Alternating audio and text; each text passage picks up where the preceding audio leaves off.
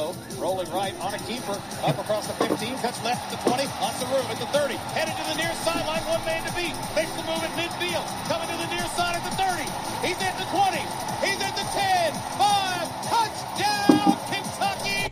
Back to the right, Whitlow fake. Be the new intro to this show right there. I think I'm gonna have to leave it, and I stand corrected. First of all, welcome to Believe in Kentucky, everybody. I stand corrected because we played this audio last week. That's why I said like, new intro. I was like, I didn't hear Tom say Whitlow. I didn't hear it, but I went back, and of course, Tom, being the professional he is, of course he's gonna say Whitlow and said it twice. Whitlow, and then Jalen breaks into the run. So yeah, we just let that be the intro. Like I said, the Believe in Georgia dudes, they use an Israel troop every episode. So we got a player here who got some plays. Vinny and I don't got those highlights, so hey man. Hey, well, I don't know if it's coincidence or what, but Kentucky happened to stomp all over the Gators, so they sure did. Hey. Welcome into another episode, y'all. Believe in Kentucky. Aaron Gershon from the Cat's Paws. Jalen Whitlow, former UK quarterback, whose highlight we just heard and get to relive, courtesy of the voice, Tom Leach himself, the Hall of Famer, painting the picture, Jalen against Alabama State. Fellas, coming in here 5-0, victory over Florida, recapping that, looking ahead to Georgia. No shortage of things to talk about. So wherever y'all want to take this episode, man, we can get into it. Yeah, man. Huge week right here. And that was a beatdown Saturday. That, from the second play of the game when De'Aaron Jackson had the sack of Graham Mertz, you felt pretty good about where the defense was at going into that one. And then, there was a little bit of concern when Barryon Brown drops that touchdown on that first drive. But, they dropped a big 6'6", 348-pound mammoth of a man back in coverage, and he hit sticks a tight end, pops the ball free, pick. The place is going insane, and you kind of knew from there Kentucky was going to have a day. And boy, did they have a day, and boy, did Ray Davis and this offensive line deliver, man. That was as good of a beatdown. It's funny because I made a comment. I'm on the Big Blue Insider with Dick Gabriel. Shout out to him every Monday. And I made a comment off air in the studio. I like this, the matchup, the way these teams look. I could see this kind of being like the game we saw against LSU in 2021 when Kentucky just completely beat them down. And this game was pretty damn similar to that because Kentucky didn't throw the ball that much that day either. It was Will Levis who was the one on the ground running for 145 yards. But this time it was Ray Davis, the O-line, and the defense just flying around. So credit to Coach Stoops, that everyone. It was a team win all the way through and through. And they kicked Florida's ass. There's no better way to put it. Mm-hmm. Yeah, that was,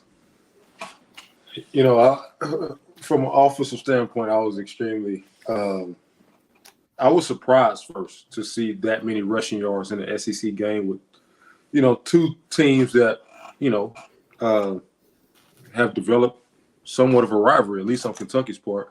I was kind of shocked to see that many rushing yards. However, it was definitely exciting to see. It kind of confirmed to me that Ray Davis is who I thought he was and more. Yeah. That I knew he was good from last year, but that kind of confirmed to me that he can do this against anybody they play. I mean, I think he's that good. I mean, just catching the ball out of the backfield. He has power when he needed. He has speed when he needed. He can move laterally when he needed. It's just he got complete game.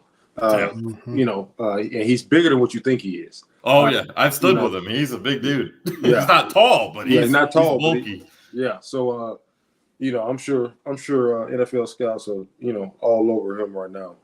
As far as the next level is concerned, but it was. I'm sure Stoops was damn near in heaven watching that game. Yeah, defense playing pretty well, running the ball all over Florida. I mean, it's hard to beat that, man. So shout out to them.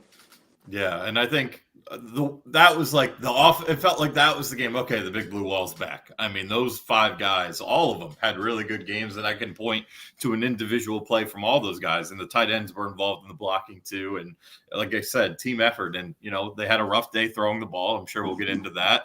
But when you're running the ball so well, as Liam Cohn was saying, you kind of just say, screw it. We're giving it to number 1. And we're playing behind our offensive line that's balling out right now. And I think maybe they had some more in the bag that they didn't even have to pull out, and maybe they'll save that for this weekend and the rest of the season. But just so impressive with the offensive line, the run game, and then the defense, man. Those guys were just flying around. I mean, how many big hits did we see in that game? Keaton Wade, I thought, played his best game of his young college career. I mean, his thing, he's as dominant as he always is. Thought De'Aaron Jackson, who's always been steady, had his best game, came off the edge a couple times, caused havoc. I mean, so many different guys came through on that defense. I'm leaving plenty out, but as good a performance in the last. I mean, obviously they won 10 games. I think it was probably their best overall performance from whistle to whistle since that LSU game in 2021. I think that's probably where I'd go back to. It was just it was a beatdown. Jeremy Flax, supposedly going to lose his job. He does not transfer. Diggs in, and Ford is still in the mix, but Stoops went out of his way to credit him for not hitting the portal. Absolutely. And then look how he plays Saturday against Florida. Yeah, and they have a couple guys like that this year. I think you got to give a lot of credit to the players individually. And quickly finishing up the offensive line thing, obviously Flax is a great story this year, but I saw a tweet from Jim Nagy, who is the head of the Senior Bowl, so he watches a lot of tape. And he said that Kentucky's offensive line performance against Florida this past weekend was the best offensive line performance he's seen of anyone in the country this year. So that's some pretty high praise from a guy who all he does is watch film, and he singled out all the seniors on that line, including Jeremy Flax, Eli Cox, and then Marcus Cox, and then obviously Ray Davis in the backfield. So shout out to them. But guys like, and I wrote about him today, Darian Henry Young too is another guy I think is kind of flown under the radar. He comes in last year, and the new thing with the portal is you portal, you expect to play. This guy barely plays last year. He played 5 games. He essentially, was 1 game short of another redshirt year. Wouldn't have got it because he already did. But besides the point, he barely plays last year. Instead of trying to go back in the portal, which I know is a little harder now with the rules tightening up, but instead of doing that or just giving up and accepting being a reserve, not even on the 2 deep depth chart, he just put his head down and kept working. And he's got a sack and a half. He has a forced fumble. I mean, they are. He is playing out of his mind right now, and he's a big part of that defensive line that has so many different dudes you could rotate in and out. And both Mark Stoops and Brad White kind of said he exemplifies kind of what it means to recruit and develop more or less, and it's what it's all about. So a lot of stories like that. Jeremy Flax, not pouting, not hitting the portal like you said, Vinny. We could probably go on and on with some of the other guys on this roster that are in similar situations. So it's been a really, really impressive start to this season. I know that a lot of the conversation going into this game was, Kentucky hasn't played anyone yet. But if you just watch this team, if you're around this team, you could tell it's a little bit different than past years. There's more of a focus level. There's more of a sense of urgency, and you kind of see that in the way they play. Yeah, absolutely. So 33-14, biggest margin of victory since 1979. We talked about Juan Portela when they won 31-3. So that's the biggest victory since then. It should have been 37-0, by the way. If Barryon Brown catches that touchdown, you have 7 instead of 3. And if Trevin Wallace and De'Aaron Jackson get Graham Mertz on the ground, those drives are over and they can't score touchdowns. I mean, they were like credit to Graham Mertz. I actually thought he played a pretty good game. But those 2 plays were very similar to the play Devin Leary made, especially the one that Florida converted on 4th down. If they just get him on the ground, it's 37-0. That's your final score. So I think 34. What was it? 33-14. Yeah. That's not even reflective of how big of a beatdown this was. Yeah, that's true. That is very true. It was a beatdown. Now, and we talked about it last week, and they've been saying it. The coaches they know they're close. They know they're close. They can see it coming. Yeah. We talked last week about Jagger moving over to guard for a couple games, getting pieces in place. Jalen, you talked about catching a rhythm in week 4, week 5, week 6. Maybe that's kind of what we're starting to see. You got guys in place, comfortable with the guy next to him, and then you can kind of get that rhythm as a unit, as a collective group on that side of the ball. Yeah, that was probably, run game. That was probably the biggest get a rhythm game I've ever seen. That's, again, to rush for that many yards against an SEC opponent is, people don't obviously y'all do, but most people don't realize how big that is. Like that, that's dominance, over another team whose defensive front was playing really well going into the year. So, or going into the game, That's pretty dominant, and after watching, I know we're going to talk about Georgia, but after watching Georgia and Auburn and watching Kentucky's offensive line, I'm like, man, I know Georgia's going to be up for this one because, they've been not playing so well. Kirby Smart going to motivate them and say, hey, the media is going to pick y'all to lose and pick y'all to go 7-5. And, 4-8. Yeah. So, now they can go 5-7. Yeah. So, I know that, they're going to be up to play this one, but, just going back to Florida, Kentucky, man, I think that was, like I said, that was the biggest, rhythm game possible. Now you have teams to say, hey, we're not going to let a team rush for 300 yards on our defense. That's not going to happen. And it's not going to happen against Georgia. However, you can make Georgia load the box, and now you can take your shots downfield. You can, you can make them overly aggressive to the run game and hit some second and third level play actions. I think that's going to be the thing, is finding ways to get guys running open via the play action so that now Devin Leary can catch a rhythm, and now they can really balance that thing out. And now you really clicking on all cylinders because it's a matter of time before he explode and have a big game, in the passing game. It's just a matter of time. The receivers are too good. The O-line is blocking too well right now, and he's too talented to not have that happen soon. So whether it's this week, whether it's, in 2 weeks, I don't know. But, at some point, they're going to explode in the passing game. And if they can stay healthy with Ray Davis carrying the rock and, Jaton McClain is having a good season, I think as well. Yeah. But if they can stay healthy in that department, man, I think they can really get this thing going. So, I'm excited to watch. This is the most I've ever been excited to watch a Georgia-Kentucky football game in my life because I really believe that it's going to be a really good game. One of those Saturday night classics, man. Yeah, and it's the most legit chance Kentucky's had in a long time. And they've been playing them close for a lot of years. 16-6 last year, 14-3 a couple years ago in Lexington. The 21-0 game in the rain. They haven't blown Kentucky out in a while. So they were 30-13 a couple years ago down there in Athens. When Levis was there 2 years ago. So, and like you said, Jalen, Georgia knows they've been starting slow, and they're down there trying to fix that. But Kentucky, they know what they're getting into. They know what kind of environment it is. Most of them, Cohen's already been there. They went there his first year. So, Kentucky's got a lot going for him. And Big Dog says, you got to beat these teams. They've beaten everybody else, and that's still the target on Georgia. And it's like Kirby Smart said, it's going to be a bloodbath. Georgia knows. It always is. Yeah. It really is. I mean, that game last year was it defined it. There was, 16-6, man, and it was 6.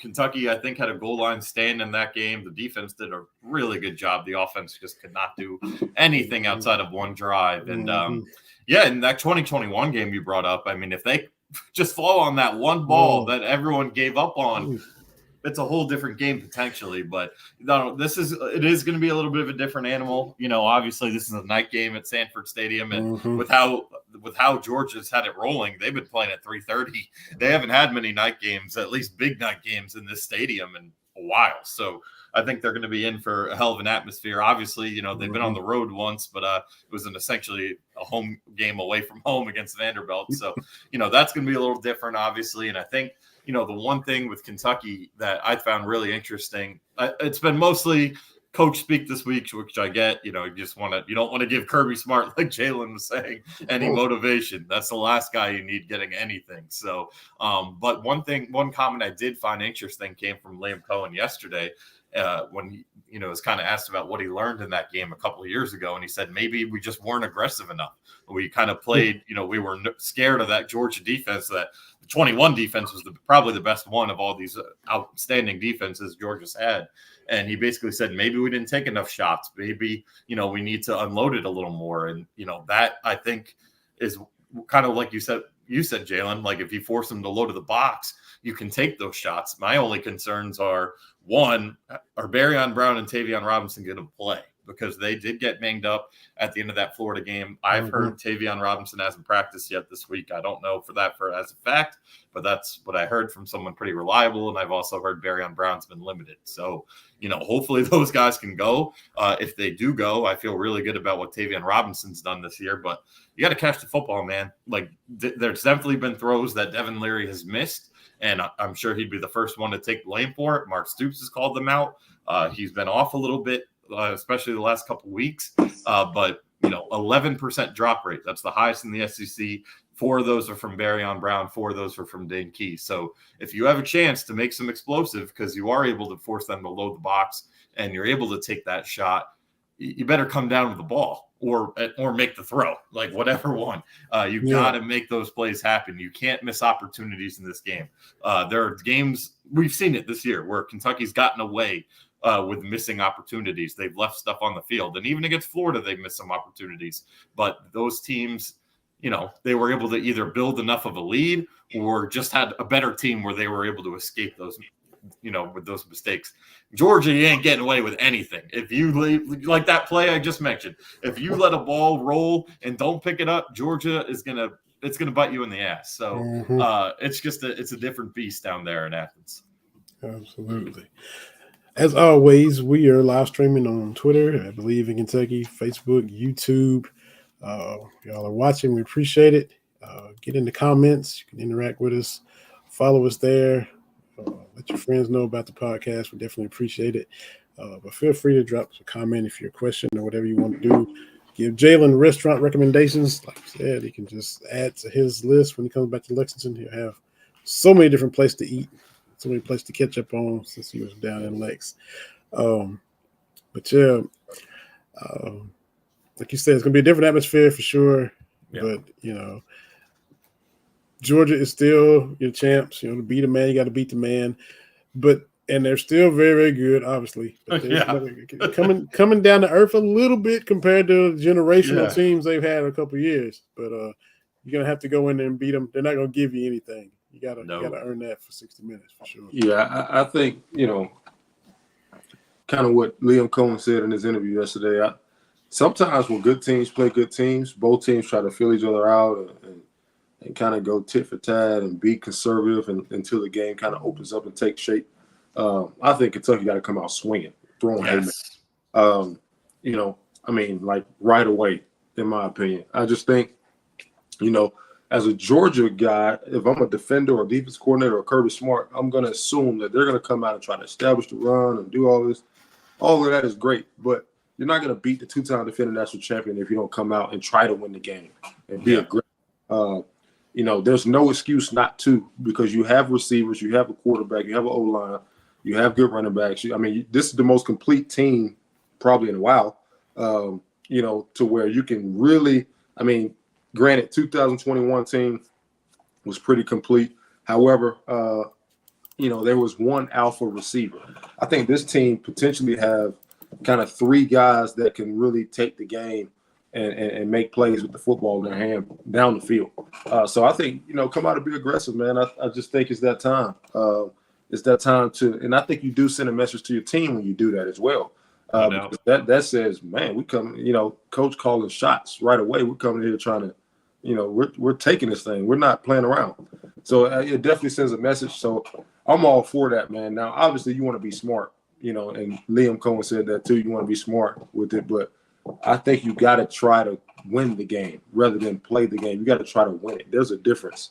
And you guys know what I'm talking about. Like, you have to go out and be the enforcer, be the aggressor, be the perpetrator. You got to do that against teams like this, because if you don't, you play safe, and you lose the game, you're going to always question what if.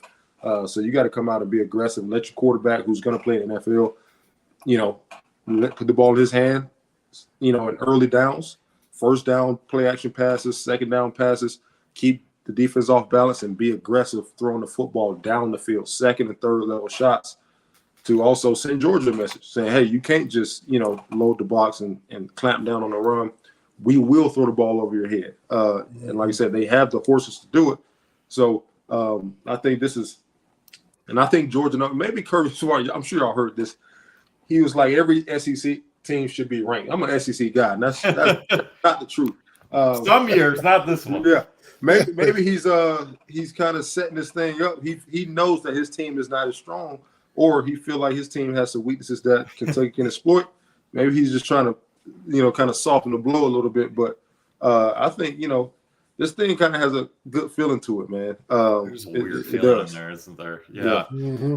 Yeah, and I think, the point I've been kind of thinking about all week is you look at, obviously, I think you talked about it there, Vinny, where Georgia's gotten off to slow starts this year. I think they're 17-17 in the first quarter. That's their score. And that's against, South Carolina, Auburn, but also Ball State. It was 0-0. UAB was 7-0 Georgia. And then it ended up being 7-7 early in the second quarter. And then UT Martin, I believe, was also 7-0. So they've gotten off to slow starts. Kentucky, the last 2 weeks, have outscored opponents 47-0 since giving up a point. I know I said it won't be 24-0 last week. It ended up being 23, but I'll go ahead and say it again. I don't think you're going to be jumping out to a 23-0 lead or something on Georgia. But if you're able to South Carolina got up to a 14-3 lead at halftime, and they did it by exactly how Jalen kind of described it. Their first drive, Spencer Rattler came out firing, 5-yard pass, 17-yard pass, 15-yard pass, 9-yard pass, 7-yard run. And then they scored on a 17-yard touchdown to Juice Wells. So South Carolina kind of put out the blueprint. Get ahead early, force some punts, force a field goal. And by the way, one thing with Georgia, their kicker has missed 2 kicks from 28 yards out. So, like, if you can get off the field on fourth down, you have a chance to hold them scoreless. Even if it's not, even if it's 3, it could be 0 with their kicker. So if Kentucky hypothetically got off to a 14-3 lead at halftime in this game, they have the defense to finish, where South Carolina has literally the worst defense in the SEC. The blueprint to beat Georgia is out there. No one has been able to finish them off. Even Auburn. I mean, Auburn, they're not good this year. They are a rebuilding team. And how many yards did they run for? I know some of that was in the QB run game, so you're not gonna get that this weekend. But I think it was around 200. I'll get it real quick. So, I think 219. Yeah, 219. Now 92 of those came from the quarterback, so you're not going to get that from Devin Leary. But if you're able to get creative in that run game, the blueprint is out to beat this Georgia team. It's jump on them early or run the ball down their throats. The problem is no one's been able to do it, and the question is, will Kentucky be able to? And I think, that's going to be tough. That obviously it is way easier said than done. But this is definitely, if you're going to get Georgia, you got to get them right now while they're still beatable, because as young as they are, as different of a vibe it is with this Georgia team, they still have 5 stars at every position. They still have the best player in America in Brock Bowers. Carson Beck is playing a lot better than people are giving him credit for. So they're going to get it going, but get them now. Like, get them now. Yeah, and Kentucky's been starting fast the past couple of weeks. Absolutely. And if Georgia isn't able to, that's part of the recipe, starting it off right there. And that's how you take the crowd out of it. Yeah. Is this going to be a tight end game? In part because Kentucky has good tight ends, in part the up in the air status of the primary wideouts. Yeah. Could we see that? And like Jalen said, we're waiting on the passing game to kind of click. You had the first touchdown he overthrew a guy and he threw it right in between two open guys, and then Berrien drops the touchdown the next time. So is this a tight end game, Jay? Do you think they try to feature them? You think they try to go at the tight ends early and get them involved? Or... Yeah, it's funny you say that because I was thinking that earlier when I was speaking about the passing game kind of taking shape. It definitely could be a tight end game. I listened to Brad White talked about Brock Bowers in his interview today, and we know that it's going to be a tight end game for Georgia. I mean, he's a monster. He's probably the best player on the field. But I do feel that, and Kentucky almost have to start getting the ball to the tight ends. I think just to spread the ball around and create that kind of, because right now all 5 eligibles aren't really getting the ball. I think then you can really put a lot of stress and strain on the defense, especially if you're getting it to them via play action, right? That's the best way, in my opinion, to get the ball to a tight end. Now, Kentucky will throw screens to the tight end. I think they did that back in 2021. And maybe they missed one, or they caught it and they missed the block. It was going to be a big play. I remember watching the game. Oh, yeah. You remember that? Yeah. When was that? It was set up. It was down which game was that? Yep, we threw it back to the tight end on the screen. It was and they missed the block. It was nobody out there. Which game was that? I remember this. That was Georgia game. Oh, it was? Okay. Yeah. Okay, my fault. I got you. So, I'm sure they'll find ways to get the ball to those guys. They have talented guys. I mean, those guys are you always want to reward those guys too because they blocking their butt. They play their ass off. They don't win that. They might win, but they don't do what they did last week without the tight end, especially Dingle, Caddis, and Bates. No, a tight end is an extension of the offensive line, man. So I think whenever you can get those guys the ball, that's good. So I would say that it almost have to be a tight end game for Kentucky. Yeah, I think because everybody know that Berrien Brown can get the ball down the field. Dane Key, Tavion Robinson. But when you're sneaking the ball to the tight end, you really put a lot of stress and strain on a team's pass coverage, or just their run pass or run pass screen recognition. Gets them out of rhythm. Yep. When you can screen the ball to the tight end, opposite of where the action or run is going, that's tough on the defense, man, because they watch film and they say, hey, this guy. Usually the run is going to the tight end, and this guy is the guy that's going to make it go. He's the tight end. He's in a blocking scheme, whatever. And now you're slipping that guy out and getting chunks out of the defense by dropping it to the tight end, whether it's short, intermediate, deep. It probably won't be deep, but short to intermediate game. I think that's a huge part of an offense. I mean, go look at the best teams in college football, and I'm sure that they get the ball. 90% of them are like heavy tight end centric when it comes to the play action game, and some of them the screen game. I mean, you may have teams like Colorado that are true like wide open spread that are really not getting to them, but Tennessee, even Tennessee works it, I guess. Yeah, but some of those teams, especially in the league, man, all the good Patriots offenses, they get the ball to the tight end. It's just how it goes. So. We'll see. I think they'll have a good plan. There probably won't be much sleep tonight, so he's probably putting a good plan together. Yeah, I think the tight ends definitely. I think they got to just get different bodies involved in the pass game. I think maybe some of the problem they're having in the passing game is defenses know they want to get the ball to Berrien Brown, Tavion Robinson, Dane Key, or Ray Davis out of the backfield. Okay, let someone else beat us. And they haven't beat anyone. And I think a couple, for example, they haven't got Anthony Brown-Stevens going yet. I know he's a true freshman, but he's a guy they talked so highly about during fall camp. It just feels like – I know he had a touchdown wiped off the board too, so I can't say they haven't tried with him, but they got to get him going. Isaiah Cummings in that tight end room, how does he not have a catch yet? That's just shocking to me. And that's I'm not digging at him when I say that. It's just – the camp he had, and I saw it in the open practice, man. He looked like the guy, and he looked better than the guy from 21.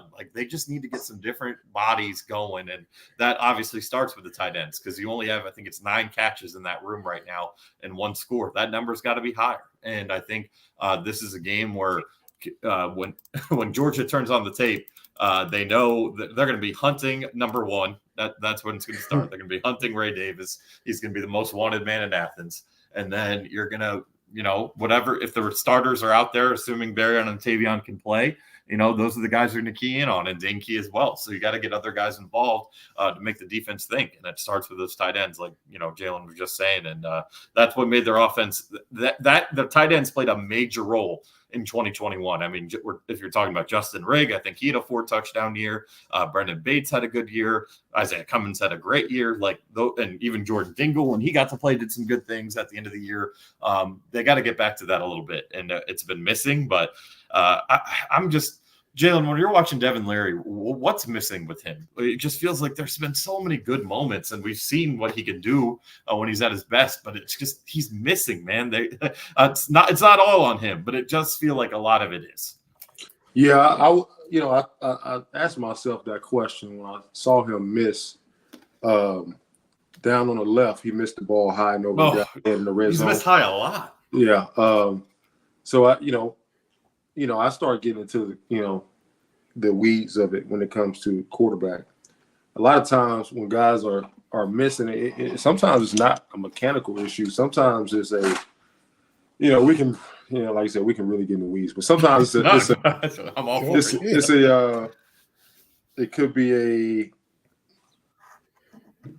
not a stress is not the word, but just overzealous. It could be he wanted so bad that sometimes he's kind of pressing a little bit and he's not relaxing and playing. It could be one of those things where, because I heard that they were staying after practice a lot, throwing and trying to get. It could be a fatigue, an arm fatigue issue. I know certain guys when the arms start getting tired, they start missing high, and the ball they start losing control of it.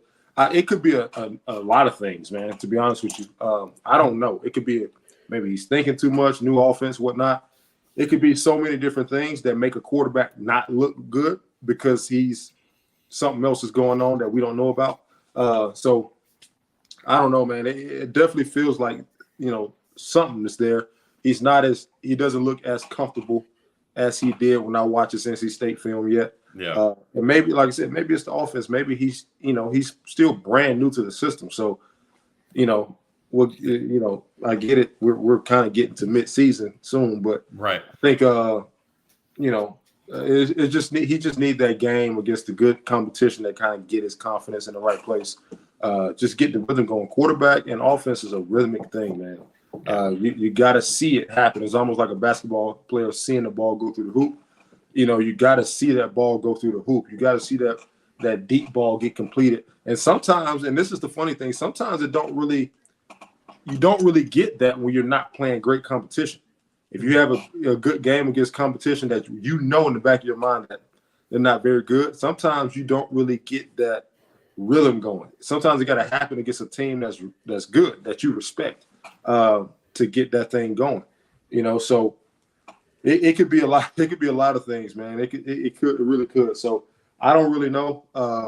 To be honest with you, I'm not at practice. I could give you a better answer if I was around him every day, but I don't know. But hopefully that thing gets going, because I know, at some point he is going to start to press if it don't get going, because he's a senior who, people talking about draft stock. He hear the rumblings, so you don't want to see that. A quarterback is never good when he start to press and start to force.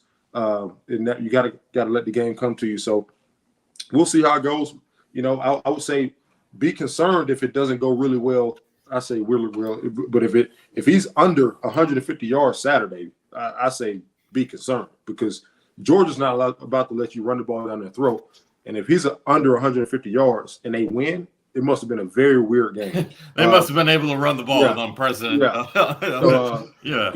Like I said, I don't anticipate. I'm not saying Kentucky won't be able to run the ball well. I just don't anticipate them, rushing for 250 yards or anything like that. And players, they're not letting that happen. So you're gonna have to pass. You're gonna get in third and long situations, third and medium situations, second and long situations where, and even first down situations where, Liam may say, hey, we got to kind of throw this thing early on to loosen them up. So he's going to get those opportunities. But I from a quarterback perspective, you kind of hope to see him have some early success, so you don't get, in the mind frame to, feel like he got to do something to help the team win, because that's when quarterbacks really kind of get outside of themselves, when they start to press. Yeah, and that's real quick. I'm sorry, Vinny. And through it all, one thing he's done so well too, and I think the pocket presence is outstanding. It's just putting it all together. And I wonder too if maybe there's some chemistry things. I heard Mark Stoops kind of throw out it might have been a motivational tactic, but he did throw out, without it being asked, the sophomore slump thing with Dane Key and Barryon Brown. If maybe those guys just aren't all on the same page, which is a little concerning. But they're still like, when people are like, I've heard plenty of takes, between the Florida, getting ready for the Florida game, getting ready for this game, that Devin Leary sucks, and I wouldn't say that. I would just say there's been inconsistencies, and if watch every snap like all three of us have, I mean, you see that he made some throws that weren't being made last year with an NFL quarterback. And there's some things in the pocket that have been done that were not done with an NFL quarterback the last 2 years. So, there's still a lot of good in there. He's just got to put it together for 60 minutes.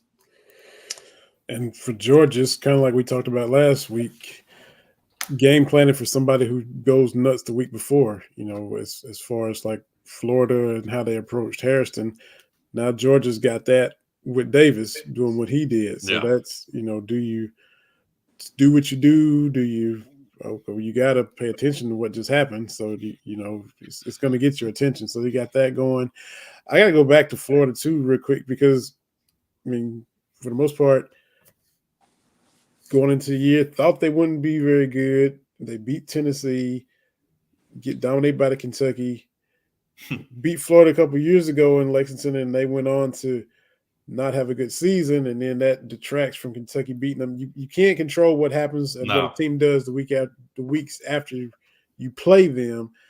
People still talk about, 97 beat Alabama. That team wasn't any good. Nobody knew that at the time. No one cares. But nobody does care. You're absolutely right, Aaron. But is Florida a good team? Florida a bad team? What do you think they do going forward the rest of the way? I mean, it changes every week, but how do you see them? You got Vanderbilt coming up, still got Georgia, and so on and so forth. What kind of team is Florida, and what could they possibly do?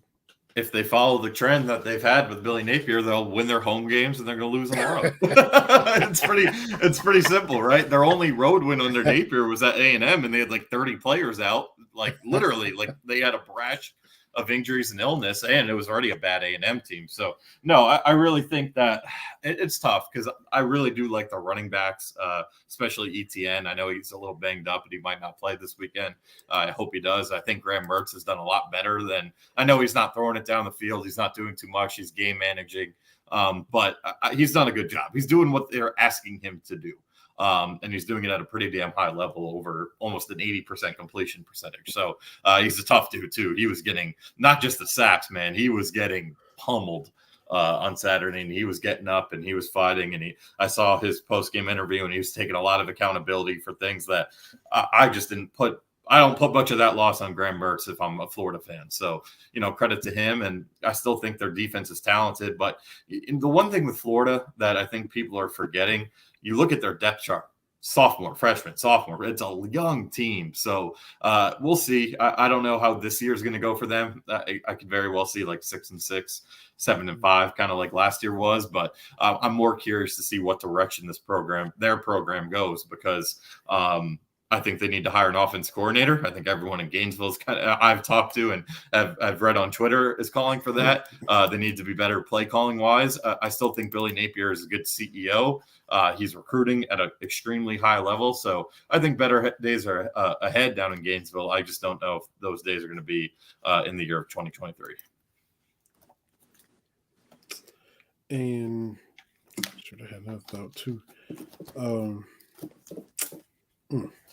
I'll get it back, come back to it, but it slipped my mind now. But I had to ask y'all something else. It'll come back to me before we finish up. Here, can I pose a question to you guys? Yeah. So obviously Brock Bowers, I think he's the best player in America. That's not playing the quarterback position. I don't think you can compare a quarterback to whatever. But anyway, if you're Kentucky, they did really well on them last year, but it was that type of game that Georgia ran the ball a lot, whatever.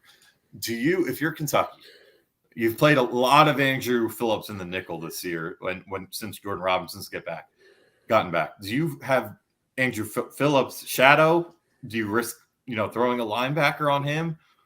Because the one thing with Georgia, I mean, they have receivers, but guys like Dominic Lovett, Ra Thomas, like these are guys Kentucky knows and has had success against. So do you kind of put Harrison and Robinson outside and let Phillips shadow Bowers, or how do you even?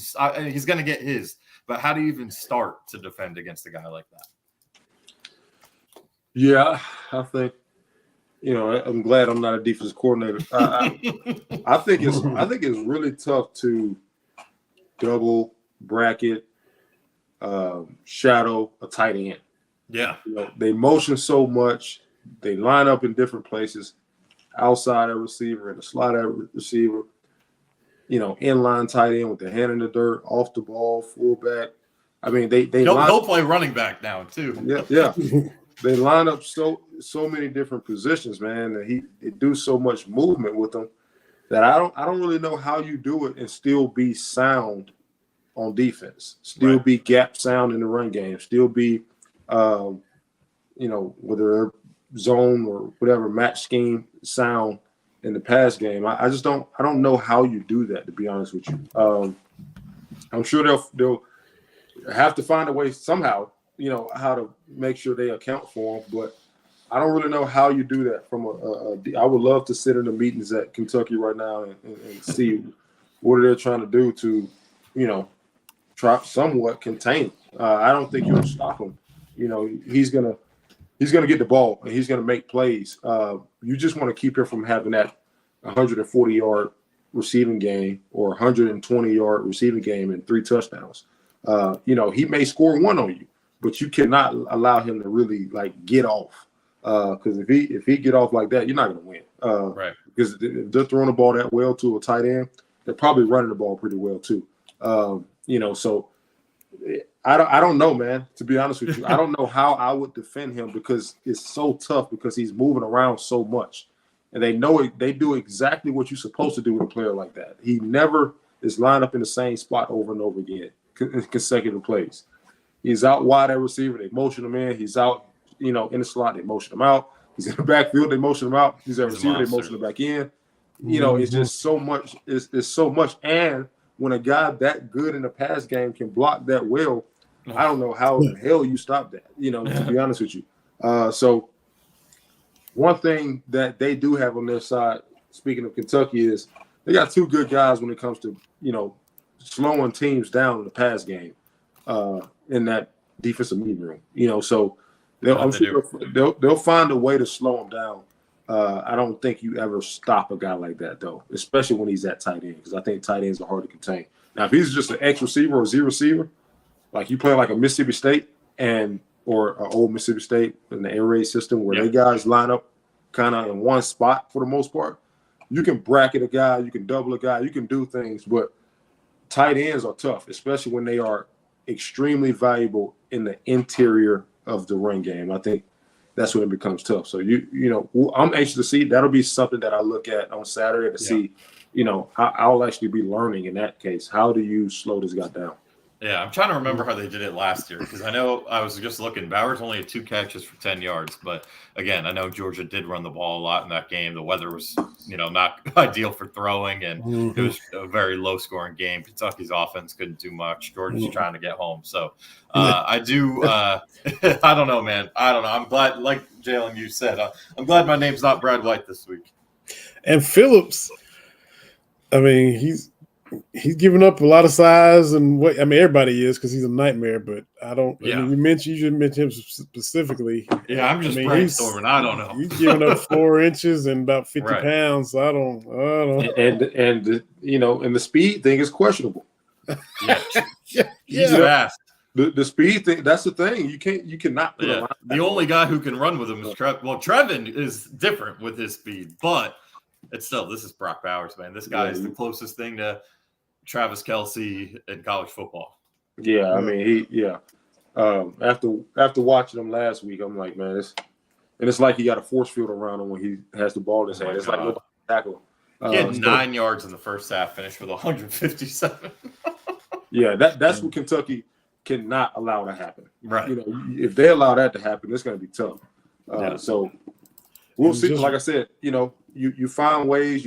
This is where volume on defense start to become an issue sometimes, because you got a player like that, and you got to, you know, if they're in this formation, we got to check to this. If they're in this, we need to check here. You know, if they're in this, we need to do this. It becomes a lot mentally, and now you kind of, you know, the more your players are thinking, the slower their feet are moving. So, you know, so we'll see. And and everything against Auburn, it's like he was just running free, you know. Oh, it was literally like nobody near the game plan too in the second half for Georgia was F it. Brock Bowers is out there somewhere, and again, I think Carson Beck has played pretty damn well. I mean, his average depth per target's pretty high. I think it's close to 9, and his completion percentage is still like 73%. So you know he's playing pretty damn well for a first-year starter there. So I think their passing attack ranks 10th in the country. Their passing attack has done pretty well. They've been a little banged up at running back, but they're supposed to get I know Kendall Milton's kind of working his way back. He played a little bit last week. And then Lad McConkey, too, is back at receiver. So they're getting healthy at the right time. But, again, I mean, if you find a way to contain 19, there are ways to beat this Georgia team. Not slow him down, shut him out. Or slow him down, yes. Not shut him down, but to contain him. There are ways. I mean, again, Kentucky's played against Dominic Lovett, and Dominic Lovett hasn't hurt him. They played against Ra Thomas. He hasn't hurt him. So it's just going to be really it's going to be fascinating to see how they game plan for this one. I mentioned I had talked with Coach Collins a few weeks ago on my Cats Talk Wednesday podcast. I asked him specifically about that, and I was just throwing out a random name because I like you play dudes every week, and you know, for example, you know, Brock Bowers, and you know, on the basketball side, take a guy like Kevin Durant. You know, when you playing him, do you just let him get his and take everybody else away? Do you try to clamp him down? Or do you hear guys say it all the time, just try to make it tough on him, try to force him into tough shots. I said, is that how you do Bowers? Do you try to clamp him? Do you try to limit everybody else and let him get his? Do you just try to make it tough on him and make him make tough, and he said, they were trying to, put situationally in practice, put the defenders in tough spots, in tough scenarios, and stuff like that happens week to week, but especially now that the week you're facing him, he did kind of lay out things that they kind of try to do, but it's, you saw Stoops in the press conference Monday. Michael Jordan. He's a freak. He's a freak. And I mean that in a good way. Yeah, he brought up Michael Jordan and the get his thing. And then he didn't compare him to Rob Gronkowski, but he did say, like, I've been around Rob Gronkowski. Yeah. Obviously, they crossed paths in Arizona. He's like, I still haven't seen anyone like Brock Bowers before. So, yeah, I mean, this dude is as good as it gets. And, again, Carson Beck is playing some good football. But if you can contain the Bowers game, there's a path. Again, they haven't been good in the first half, more really in the first quarter this season. They have been a slow starting offense. And if you're able to get ahead, this is a defense that can hold on to that lead. And that's the thing. You mentioned it, Aaron. If you get up on them like South Carolina did, if you're able to do that, take the crowd out of the game, get the halftime up 7, South Carolina was up 11. Then the thing about it, like you said, it's all about finishing, because that I'm a Rockets fan, Rudy Tomjanovich, don't ever underestimate the heart of a champion. They're gonna come out, on fire, because hey, we went to halftime losing. We haven't lost in 2.5 years.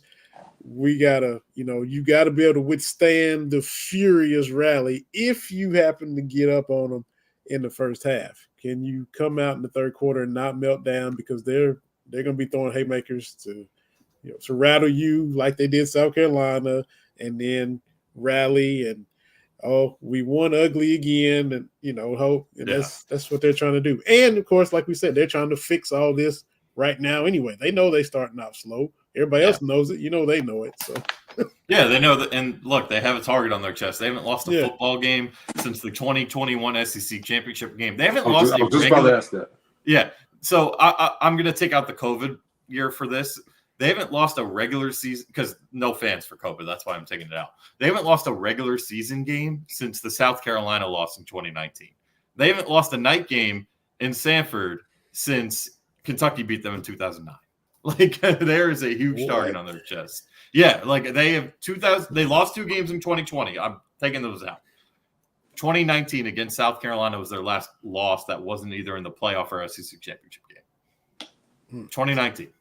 And then Trevard Lindley now beat them in 2009. Yeah, that's the last night game, home night game they've lost. They don't play a lot of night games, right? Like because they're at 3:30 all the time, or they're at noon. Yeah, their last home night loss was against 2009 Kentucky.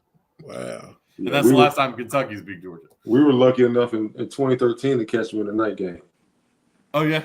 Yeah, and Todd Gurley probably had 17 touchdowns.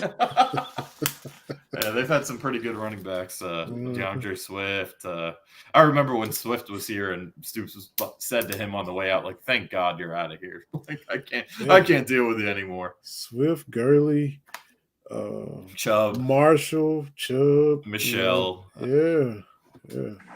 Holyfield. I mean, the list goes on and on. And going back to running backs, the fact that Ray did what he did against Florida, the only other back, period, to go for over 100 in Lexington was Mo Williams. And that was insane. Yeah. Those are the only 2 dudes. Sonny Collins had the rushing record for 40 years till Benny Snell broke it. He didn't have a 100-yard rushing game against Florida in Lexington. 200 yards. Yeah. Right? Or is it 100? 100. Oh, wow. Yeah. Nobody even topped 100 except Mo Williams and Ray Davis. Wow. In Lexington against Florida in the history of the series. I'm like, are you kidding me? And Kentucky's had some good backs. I know Florida, when they were at their peak, it was hard to do anything on them. But I'm like, you thought somebody would have went over 100 in one of these years. That was insane to me. Yeah, and I know it was the second most ever against the Gators, period. Only the kid from LSU just a couple of years ago set that record. Tyron Davis Price, I think he had it was like 290 something. That was the record against them. But outside of that, it was Ray Davis. Again, 3rd most rushing yards in a single game in UK history. Only Lynn Bowden and Mo Williams against the Gamecocks. So pretty elite company. Yeah, and it was that Mo Williams game. He went 299. It was raining and down in Columbia. Oh my God! You had he was just doing cardio down there. Yeah, you had a perfect sunny day here in Lexington. It wasn't weather. It wasn't much. Yeah, the Lynn Bowden game was in the pouring rain too. Right, Louisville. Right. So for him to do that Saturday, like Jalen, you say, it's a good day. Skies blue, white puffy clouds in the sky. I mean, great crowd, by the way. Yeah. People were worried about the nooner. Like, come on. The blue-white chant came through the TV. Oh, it was just so. Yeah, it was so. It was loud in that place. And again, that second play from scrimmage, you get a sack. That place is ready to burn down pretty quick. So it was something else. Good stuff. Just off the field, CBS did a story on JJ Weaver. And of course, we know everything that he's been through, but the loss of his father, how he was in a dark place, and talk with Coach Stoops and get some help, professionally.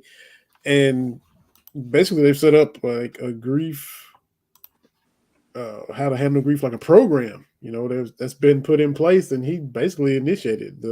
Adam Zucker from CBS did the story. It's like a 6-minute deal on Twitter. Slacks retweet, everybody retweeted.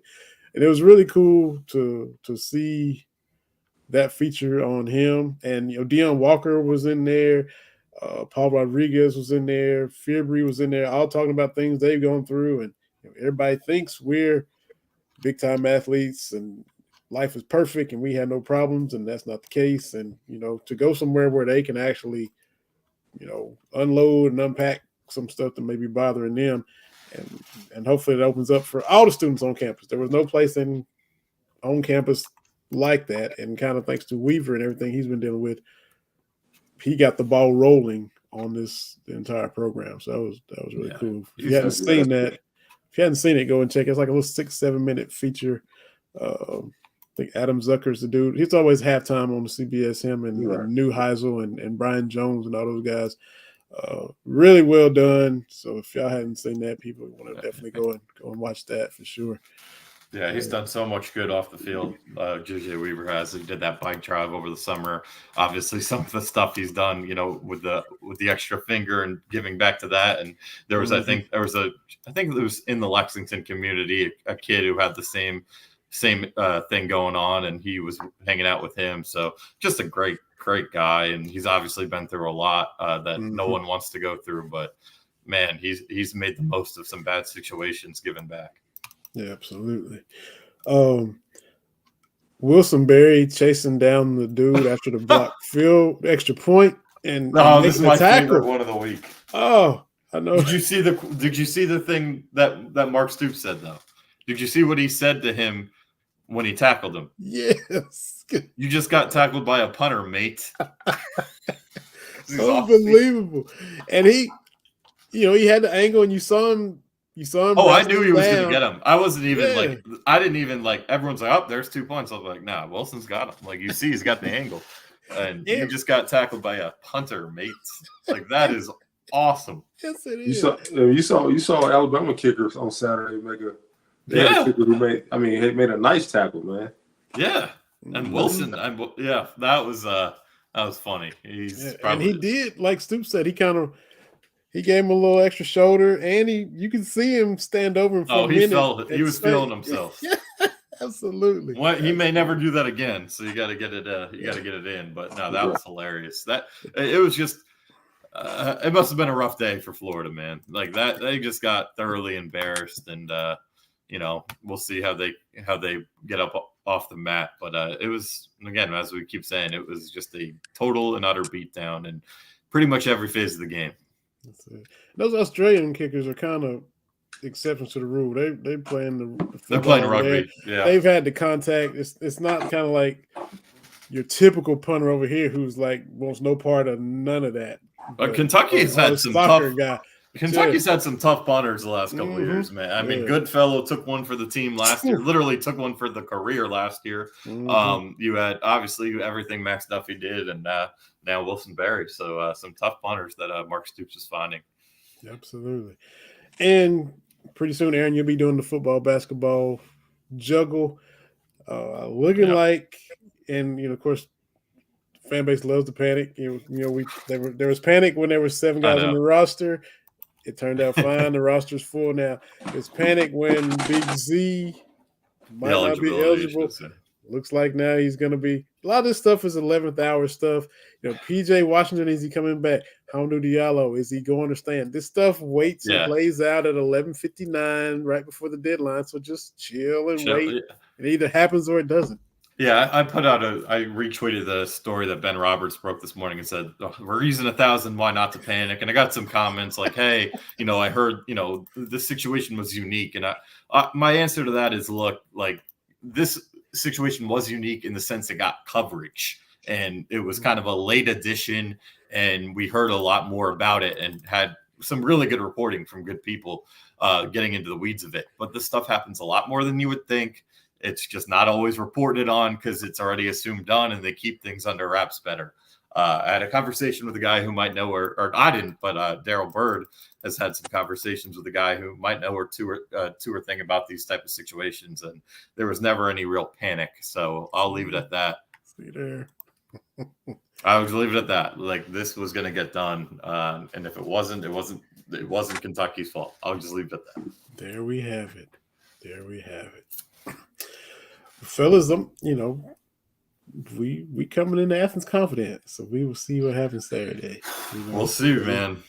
They show up, they can leave with a W. Just show up, and like you said, easier said than done. But get up early, man. Get on them early. Don't put yourself in a situation you have to come back and not only come back against the best team in the country, but come back against that fan base that is going to be highly intoxicated and loud. So just start hot and let the chips fall where they may. And props to you, like you said last week, that Kentucky's not going to get up 24-0 again. They didn't. Thanks to that block extra point, they didn't. I had to clip that and get that out there after you. I was like, because they really almost got up 24-0 again.